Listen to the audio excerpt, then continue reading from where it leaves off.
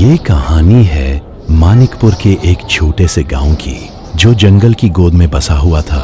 वहां हर समय मानो बरसात के ही दिन चलते थे। बादलों की गड़गड़ाहट के साथ हर थोड़ी देर में आसमान से चमकती बिजली पूरे गांव को पल भर के लिए उजाले में बदल देती थी। उधर तूफानी हवाएं इतनी प्रचंड थी कि वे सदियों पुराने वृक्षों की टहनियों को भी झकझोर कर जमीन पर गिरा दे रही थी। उसी गांव के बीच एक छोटी सी झोपड़ी थी, जहां लवकुश अपनी पत्नी रानी के साथ जिंदगी के हर उतार चढ़ाव का सामना कर रहा था। आज गायें चराने मत जाओ, क्योंकि आज की बारिश कुछ ज्यादा ही खतरनाक लग रही है। आसमान की लगातार गरज, तेज हवाओं की सनसनाहट और मूसलाधार पानी बता रहा है कि आज बाहर निकलना ठीक नहीं। अगर मैं गाय चराने नहीं जाऊंगा तो उन्हें क्या खिलाएंगे? घर में रखा सारा चारा भी तो खत्म हो चुका है। ऊपर से अगर उन्हें ठीक से खाना नहीं मिला तो 2 दिन में दूध भी देना बंद कर देंगी। आपकी बात भी सही है, लेकिन दिल में एक अनजाना सा डर घर कर गया है। पता नहीं क्यों आज मन बार बार आशंकाओं से भर जा रहा है, जैसे कुछ अनहोनी होने वाली हो। तुम चिंता मत करो, जब तक महादेव की कृपा हम पर बनी हुई है मुझे कुछ भी नहीं होगा। उनका आशीर्वाद हमारे साथ है और उसी भरोसे से हर डर अपने आप दूर हो जाता है। इतना कहकर लवकुश झोपड़ी से बाहर निकला और गायों को साथ लेकर जंगल की ओर बढ़ गया।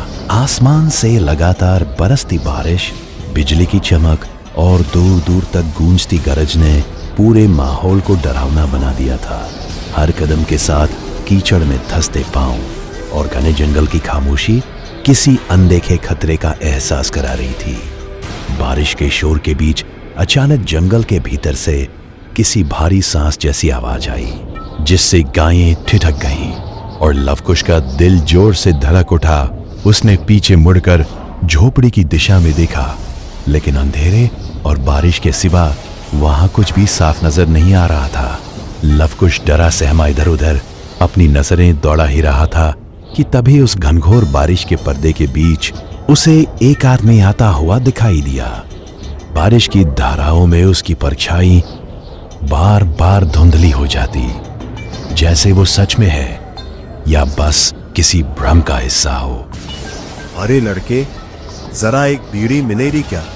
इस मूसलाधार बारिश में भी सीने की जलन शांत नहीं होती। बीड़ी की बहुत तलब लग रही है। इस बारिश में आप यहाँ जंगल के बीच बिल्कुल अकेले क्या कर रहे हैं? ऐसा मौसम तो किसी को भी घर में रहने पर मजबूर कर दे, और आप बीड़ी मांगने इस जंगल में आ गए। बारिश हो या तूफान, अंधेरा हो या जंगल, बीड़ी तो चाहिए ही। कुछ आदतें हालात से भी नहीं डरती। यदि तुम्हारे पास बीड़ी हो तो एक बीड़ी मुझे दे दो। इतना कहते ही उस आदमी ने लवकुश की ओर एक कदम और बढ़ाया। उसकी आंखें अंधेरे में अजीब तरह से चमक उठी। उसी पल लवकुश को एहसास हुआ कि इस अनजान आदमी की मौजूदगी में कुछ तो ऐसा है जो इस घनघोर बारिश से भी ज्यादा डरावना है। मेरे पास कोई बीड़ी उड़ी नहीं है, आप कृपया कहीं और जाकर मांगिए। इस बारिश और जंगल के माहौल में यहाँ रुकना ठीक नहीं। मुझे मेरा काम करने दीजिए और आप जाकर अपना काम करो। तेरे पास बीड़ी कैसे नहीं है? मुझे बीड़ी चाहिए तो चाहिए, चाहे जहां से ला। इस बारिश, इस जंगल में मुझे खाली हाथ मत लौटा, वरना ठीक नहीं होगा। चल अब जल्दी से बीड़ी दे दे। अरे आप सच में अजीब आदमी है। जब मैंने साफ साफ कह दिया कि मैं बीड़ी नहीं पीता और मेरे पास बीड़ी है ही नहीं, फिर भी आप उसी एक जिद पर अड़े हुए हैं। इतनी जोर क्यों दे रहे हैं, जैसे बीड़ी के बिना आप मर ही जाएंगे। आदमी? कौन आदमी? तुझे क्या लगता है मैं कोई आदमी हूँ और इस तरह की घनघोर बारिश में तेरे पास बीड़ी लेने आया हूँ? इस जंगल में जो बरसों से भटक रहा है वो आदमी नहीं होता लड़के। इतना कहते ही वो जोर जोर से हंसने लगा। उसकी हंसी में इंसानियत नाम की कोई चीज नहीं थी। वो हंसी जंगल में गूंजती चली गई, जैसे अंधेरे को चीर रही हो। उस डरावनी आवाज से गायें बुरी तरह घबरा गई और बेतहाशा इधर उधर भागने लगी, मानो किसी भयानक अनहोनी को अपनी आंखों से देख लिया हो और पल भर में ही उसका रूप बदल गया।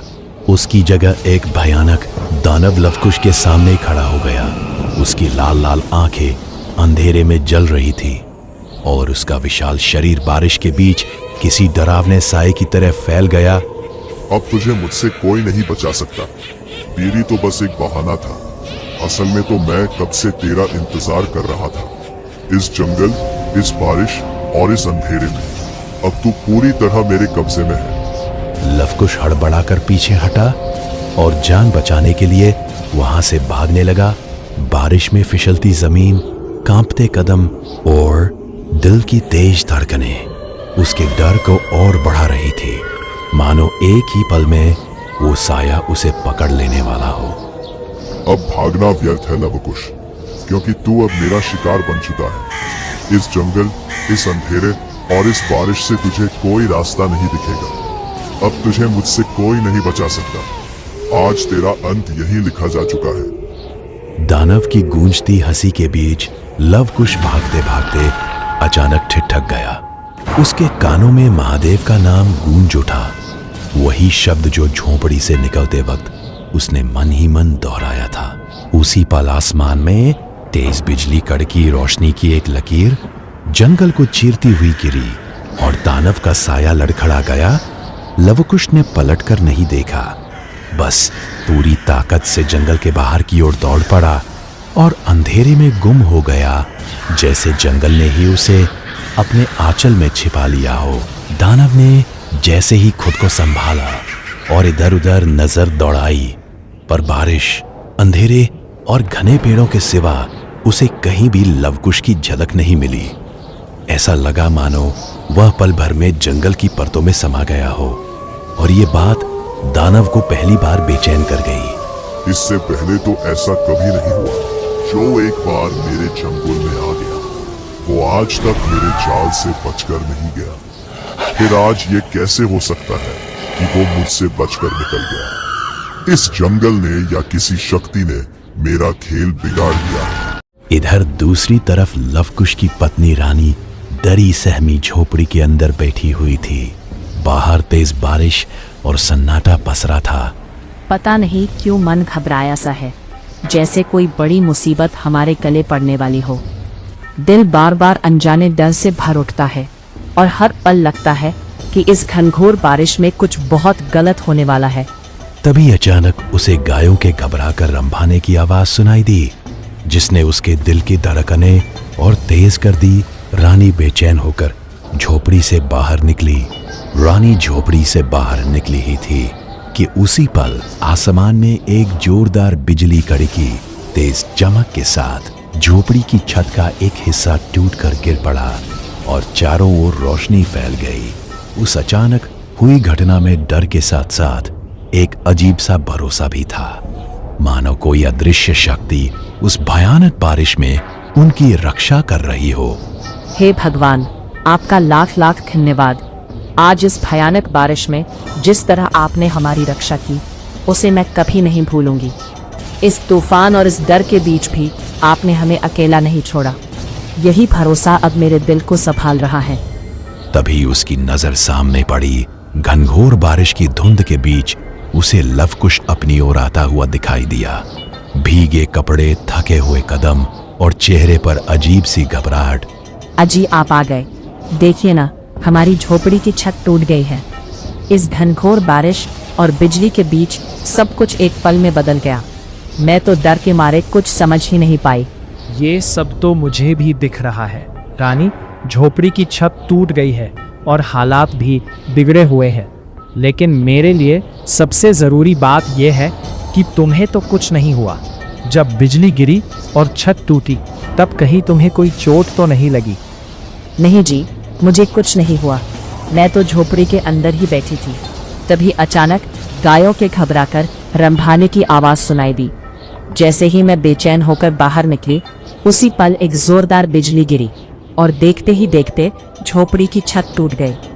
ये सब देखकर लगता है रानी कि ऊपर वाला सच में हम पर मेहरबान है।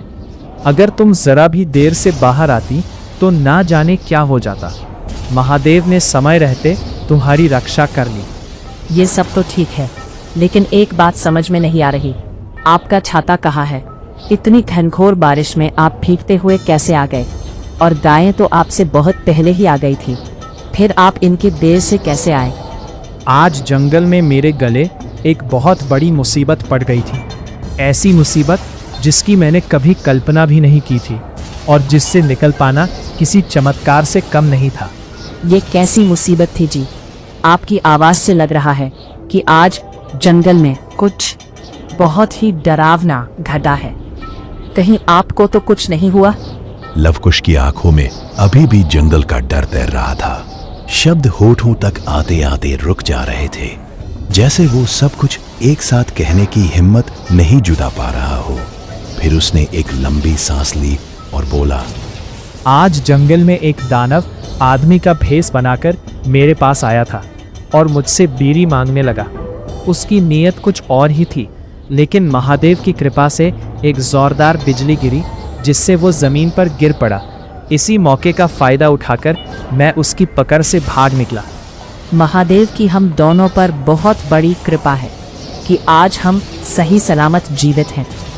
इस भयानक बारिश और जंगल की उस डरावनी घटना के बाद अब मुझे पूरा यकीन हो गया है कि महादेव का आशीर्वाद हर पल हमारी रक्षा कर रहा है। जंगल की उस भयानक घटना से तो लवकुश और रानी बच गए, लेकिन मुश्किलें यहीं खत्म नहीं हुई। जिस झोपड़ी को वे अपना सहारा मानते थे, उसकी छत टूट चुकी थी। अब ना सिर्फ डर उनका पीछा कर रहा था, बल्कि सिर छुपाने की जगह भी उनसे छीन चुकी थी। अजी, अब तो हमारे पास सिर छुपाने के लिए झोपड़ी भी नहीं रही। इस हालत में, इस बारिश और डर के बीच अब हम क्या करेंगे? अरे तुम चिंता मत करो रानी, हमने इतने दिनों तक सरपंच जी की गौशाला को संभाला है, दिन रात मेहनत की है। क्या इस मुसीबत की घड़ी में वो हमारी थोड़ी सी मदद भी नहीं करेंगे? मुझे पूरा भरोसा है वे हमें निराश नहीं करेंगे।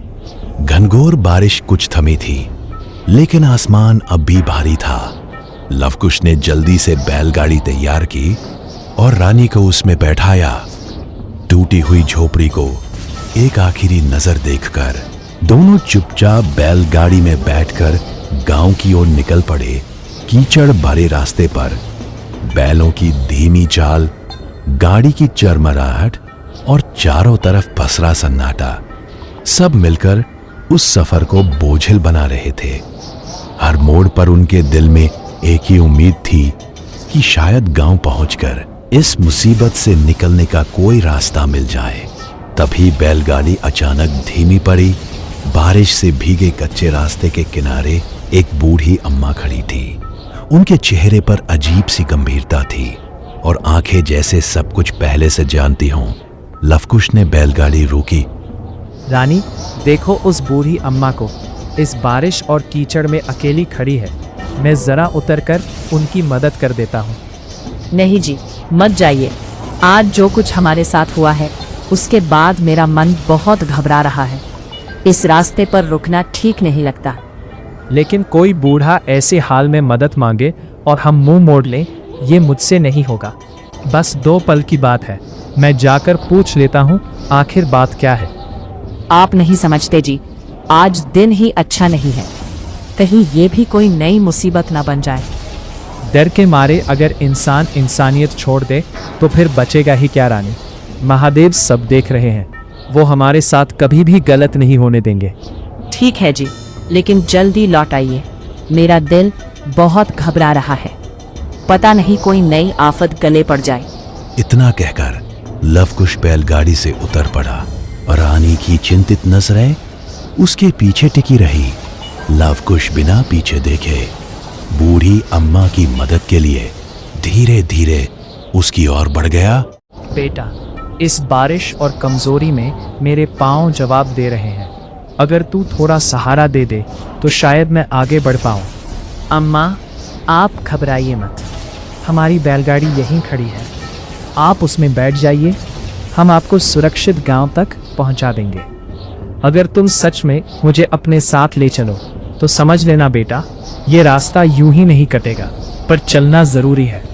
रास्ता चाहे जैसा हो अम्मा, किसी ज़रूरतमंद को अकेला छोड़ देना मेरे बस की बात नहीं। आइए, देर हो रही है। ठीक है बेटा, तो फिर चलो। शायद आज का ये सफ़र तुम दोनों के लिए भी कुछ नया लेकर आए। जो भी हो अम्मा, महादेव पर भरोसा रखिए। जब तक सांस है हम साथ चलेंगे, बाकी सब महादेव पर छोड़ दो। उस बूढ़ी अम्मा की बातें कुछ ज्यादा ही रहस्यमयी थी, मानो हर शब्द के पीछे कोई छुपा हुआ अर्थ हो।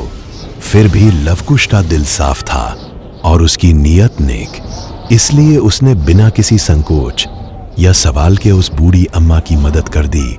वह ये जाने बिना ही आगे बढ़ चला कि ये रास्ता उसे किसी नई परीक्षा की ओर ले जा रहा है।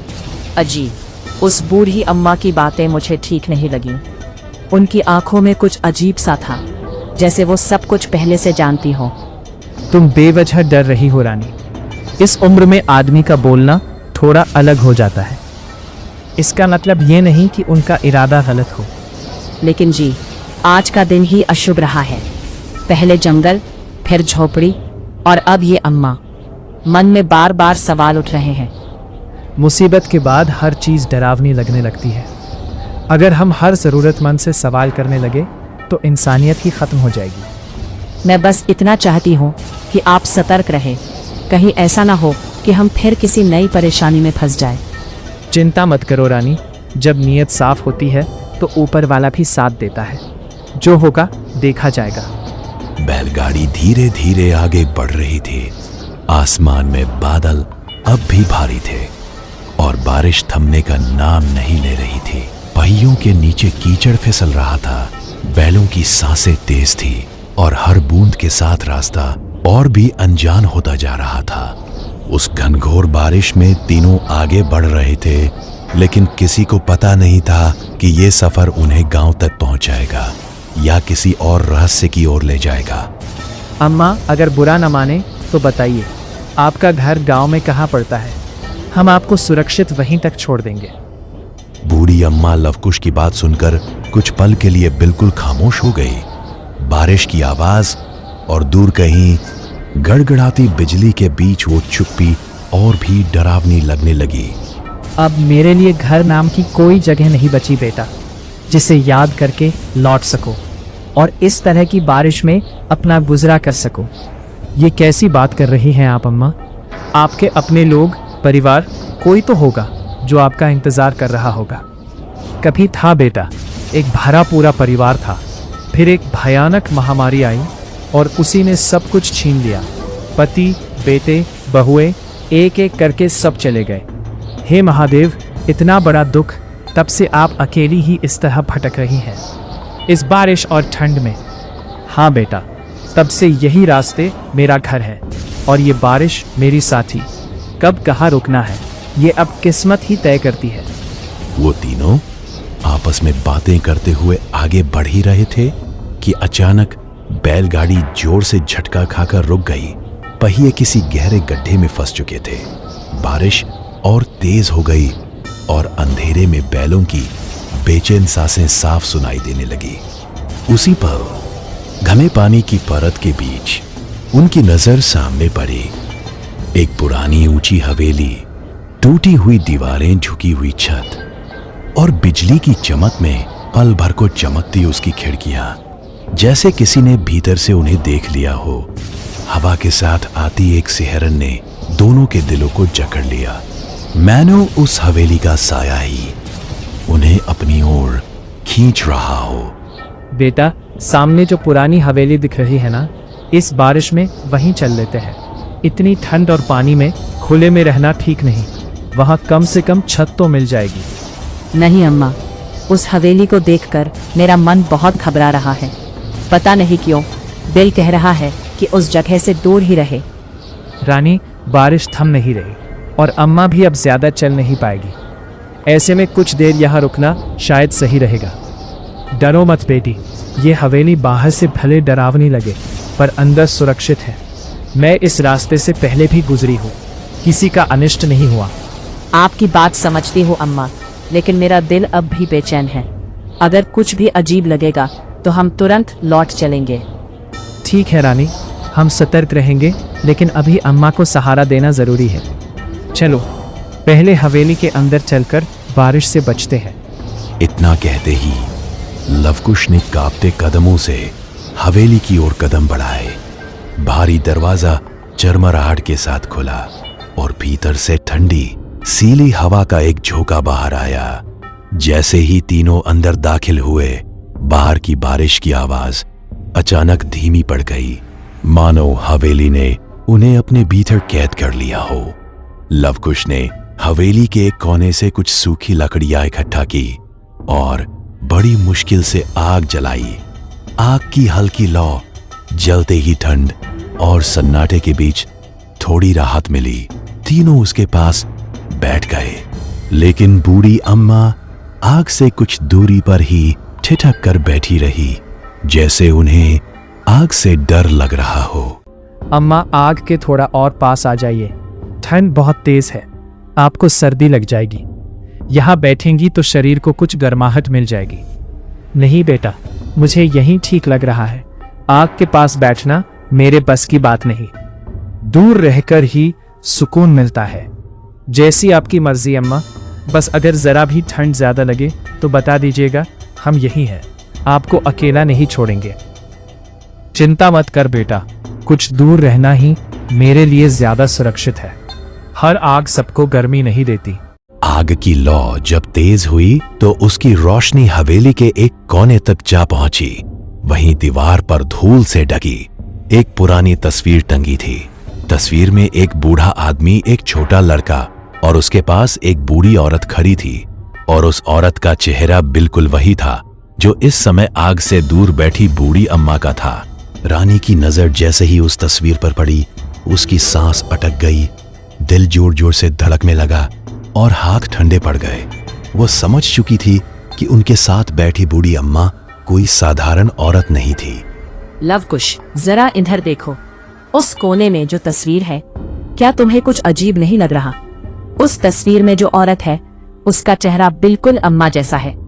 लवकुश ने जैसे ही उस तस्वीर की ओर नजर उठाई, पल भर में उसके चेहरे का रंग उड़ गया और शरीर जैसे पत्थर का हो गया। उस धुंधली पुरानी तस्वीर में कैद चेहरा कुछ ऐसा था जिसे वो आंखों से देख रहा था। अब झूठ बोलने की जरूरत नहीं अम्मा, उस तस्वीर में जो चेहरा है वही आपका है। सच सच बताइए, आप कौन हैं और हमें यहाँ इस हवेली तक क्यों लाए हैं? तो आखिरकार तू पहचान ही गया बेटा। कई बरस हो गए, किसी ने मुझे इस तरह आईने में नहीं देखा, लेकिन आज तुम लोगों ने देख ही लिया। हमने आपकी मदद की, आपको सहारा दिया, क्या यही था इसका बदला? अगर आप इंसान नहीं हैं तो साफ साफ बता दीजिए। मैंने तो तुम्हें पहले ही बताया था कि मेरा पूरा परिवार महामारी में खत्म हो गया है, लेकिन तुमने ही ध्यान नहीं दिया। इसमें मेरी क्या गलती? बूढ़ी अम्मा, ये आप बहुत गलत कर रही हैं। हम लोगों ने आप पर भरोसा किया, आपको सहारा दिया, इस तूफान और बारिश में आपके साथ खड़े रहे। हमने कभी नहीं सोचा था कि उसी भरोसे का आप ये सिला देंगी। तू ठीक कहता है बेटा, भरोसा तोड़ा है मैंने, मगर इस हवेली का नियम भी सुन ले। जो इस हवेली में एक बार आ जाता है, उसे जिंदा लौटने की इजाजत नहीं होती। पल भर में उसने बूढ़ी अम्मा ने एक भयानक चुड़ैल का शरीर धारण कर लिया। उसका चेहरा विशाल हो चुका था और उसकी डरावनी हंसी हवेली की दीवारों से टकराकर गूंजने लगी। लवकुश ने हिम्मत जुटाकर पास पड़ी, जलती हुई लकड़ी उठाई और पूरी ताकत से चुड़ैल की ओर फेंका। लकड़ी उसके शरीर को चीरती हुई आर पार निकल गई, मानो उसका अस्तित्व धुएं और साए से बना हो। फिर भी उस पल चुड़ैल का ध्यान उन दोनों से हट गया। बस उसी एक पल को मौत से मिली। मोहलत समझकर लवकुश ने रानी का हाथ पकड़ा और दोनों अंधे गलियारों को पार करते हुए हवेली से बाहर भाग निकले और बैलगाड़ी में बैठकर वहां से निकल गए। दोनों किसी तरह गांव की सीमा तक पहुंच पाए। सामने सरपंच का घर दिखते ही जैसे उनकी जान में जान आई। लवकुश ने बाहर से ही कांपती आवाज में सरपंच को पुकारा। सरपंच जी, दरवाजा खोलिए, बहुत बड़ी मुसीबत से जान बचाकर आए हैं, जरा बाहर आइए जल्दी। सरपंच के घर के अंदर आग जल रही थी। सरपंच और उनकी पत्नी आग के पास बैठे बारिश की बातें कर रहे थे। तभी बाहर से किसी के जोर से आवाज लगाने की आवाज आई और दोनों चौंक कर दरवाजे की ओर देखने लगे। अजी, इतनी रात और ऊपर से ये घनघोर बारिश, इस वक्त भला कौन दरवाजे पर आ सकता है? तुम यहीं आग के पास बैठो, मैं बाहर जाकर देखता हूँ, कहीं किसी को सच में मदद की जरूरत तो नहीं पड़ गई। सरपंच दरवाजा खोलकर बाहर निकला।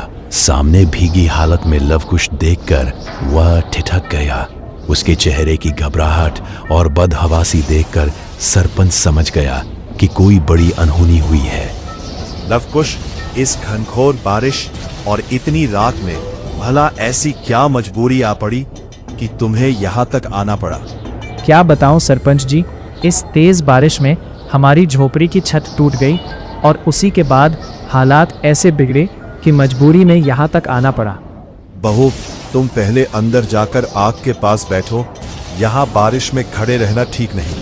हम दोनों अभी थोड़ी देर में अंदर आ रहे हैं। सरपंच की बात सुनकर रानी चुपचाप अंदर चली गई, भीगे कपड़ों और डरे हुए मन के साथ।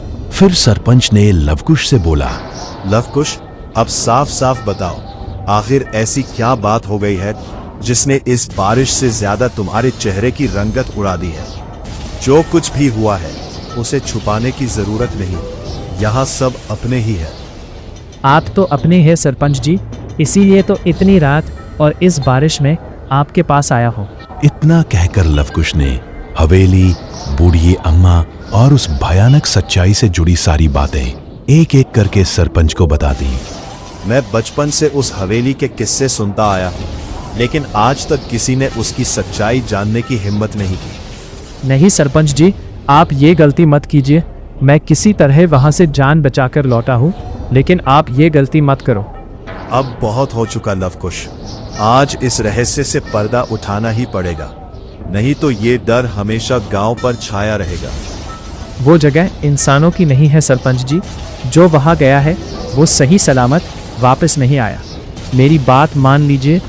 अगर आज पीछे हट गए तो आने वाली पीढ़ियां भी इसी डर में जीती रहेंगी और इस रहस्य से कभी पर्दा नहीं उठेगा। अगर गांव की भलाई इसी में है तो मैं भी आपके साथ चलूँगा, लेकिन दिल कह रहा है कि ये रास्ता आसान नहीं होगा। धीरे धीरे शाम ढलने लगी थी। आसमान पर काले बादल और घने हो चुके थे और चारों तरफ एक अजीब सी बेचैनी फैलने लगी थी, जैसे आने वाली रात कोई भयानक राज अपने साथ लेकर आ रही हो। उसी बेचैन माहौल में सरपंच गांव के प्रसिद्ध तांत्रिक को साथ लेकर निकला और सबकी निगाहें उस पुरानी हवेली की ओर टिक गई, जहां अंधेरा और रहस्य उनका इंतजार कर रहा था। थोड़ी ही देर में वे तीनों उस हवेली के पास पहुंच गए। सरपंच साहब, बात समझिए, अब भी बच सकते हैं हम। अब भी वक्त है, चलिए वापस लौट चलते हैं। डर क्यों रहा है लवकुश? मेरी विद्या के सामने कोई भी आत्मा नहीं टिक पाती। चलो देखो आज मैं उसे कैसे उसके असली ठिकाने पहुंचाता हूँ। सरपंच की आवाज में अचानक गंभीरता उतर आई। और साथ ही मुझे इस हवेली के पीछे छुपी असली कहानी भी जाननी है, क्योंकि कोई आत्मा तभी बेकाबू भटकती है जब उसके साथ अन्याय हुआ हो, जब उसके हक छीने गया हो। सरपंच जी, मतलब ये कि जो आत्मा अंदर है वो सिर्फ डराने के लिए नहीं आई, वो बदले की आग में जल रही है और बदला लिए बिना वो नहीं रुकेगी। हाँ लवकुश, सरपंच जी सही बोल रहे हैं। जब तक उसे मुक्ति नहीं दिलाई जाएगी तब तक वह इस हवेली को छोड़कर नहीं जाएगी। फिर वो तीनों हवेली की ओर आगे बढ़े। लवकुश का दिल जोर जोर से धड़क रहा था। जैसे ही वे हवेली के अंदर दाखिल हुए, सरपंच अंधेरे की ओर घूर कर गुस्से में चिल्लाया, कहाँ छुपी है रे तू? सामने आ, आज तुझे तेरी औकात दिखाऊंगा। कई सालों से मेरी हवेली पर कब्जा जमाए बैठी है ना, अब देख तेरा अंत शुरू हो चुका है। सरपंच के इतना कहते ही अचानक चारों तरफ काला धुआं घूमने लगा। धुएं के बीचों बीच वही बूढ़ी आत्मा धीरे धीरे आकार लेने लगी। उसकी आवाज गहरी रूह कपाने वाली, अच्छा, इतने सालों बाद खुद चलकर मेरे सामने आ ही गया, तो आज तेरा हर हिसाब चुकता होगा। जो आग मैंने बरसों से अपने भीतर दबा रखी थी, आज वही आग तुझ पर बरसेगी। आज मैं तुझे इस हवेली से निकालने आया हूँ। सीधे सीधे यहाँ से दफा हो जा, वरना अभी इस तांत्रिक से कहकर तुझे भस्म करवा दूंगा। और सुन, मैंने तेरा क्या बिगाड़ा है? क्यों इतने सालों से मेरी हवेली पर कब्जा जमाए बैठे हो? तू पूछता है तूने मेरा क्या बिगाड़ा है? तो सुन, मेरे परिवार ने तेरे पूर्वजों से कर्ज लिया था, मेहनत से चुकाने की उम्मीद थी, मगर उन्होंने कर्ज घटाने की जगह बढ़ा दिया और मुझे अपने घर में गुलाम बना लिया। भूख, अपमान और जुल्म हमारी रोजमर्रा बन गए।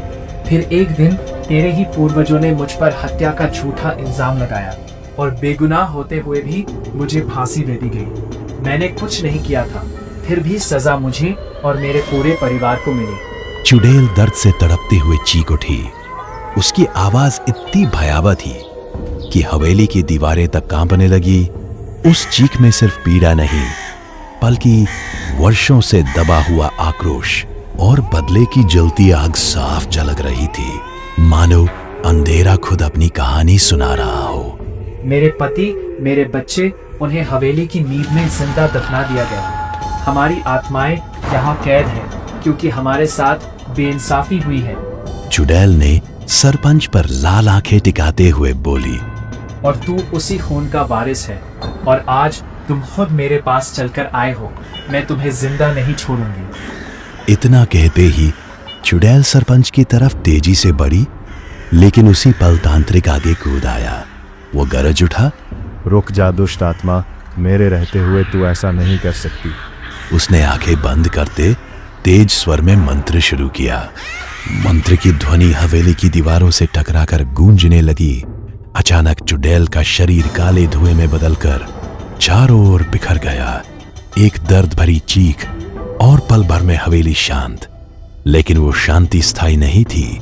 फिर तांत्रिक ने गहरी सांस लेकर कहा, ये आत्मा अभी पूरी तरह गई नहीं है, बस कुछ क्षणों के लिए मेरी विद्या के प्रभाव से दब गई है।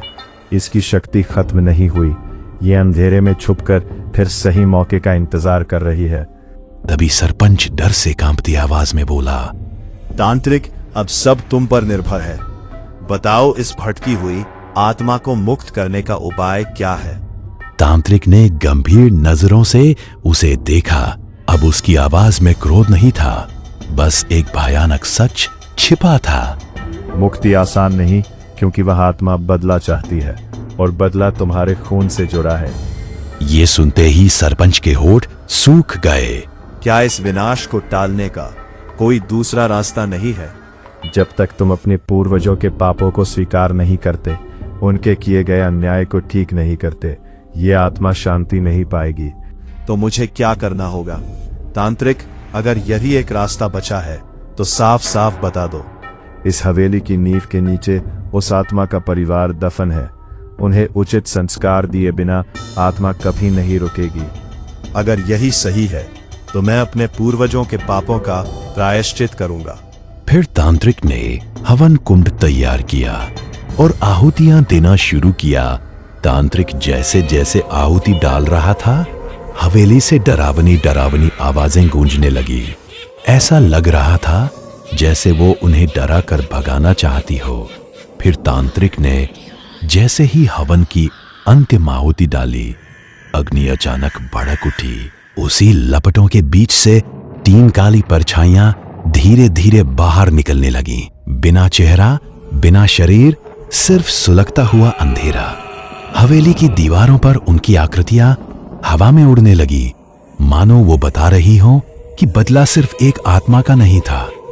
तांत्रिक के चेहरे का रंग उड़ गया और उसके मुंह से बस इतना निकला, यह आत्मा मुक्त तो हो चुकी है, लेकिन जो अभिशाप उसने पीछे छोड़ा है वो अभी भी इस हवेली की दीवारों में सांस ले रहा है। उसी पल हवेली की सारी बत्तियां एक साथ बुझ गईं, जैसे किसी ने जानबूझकर उजाले को कैद कर लिया हो। और गाढ़े अंधेरे के बीच एक धीमी खौफनाक हंसी गूंज उठी। ऐसी हंसी जो बता रही थी कि ये कहानी यहीं खत्म नहीं हुई है।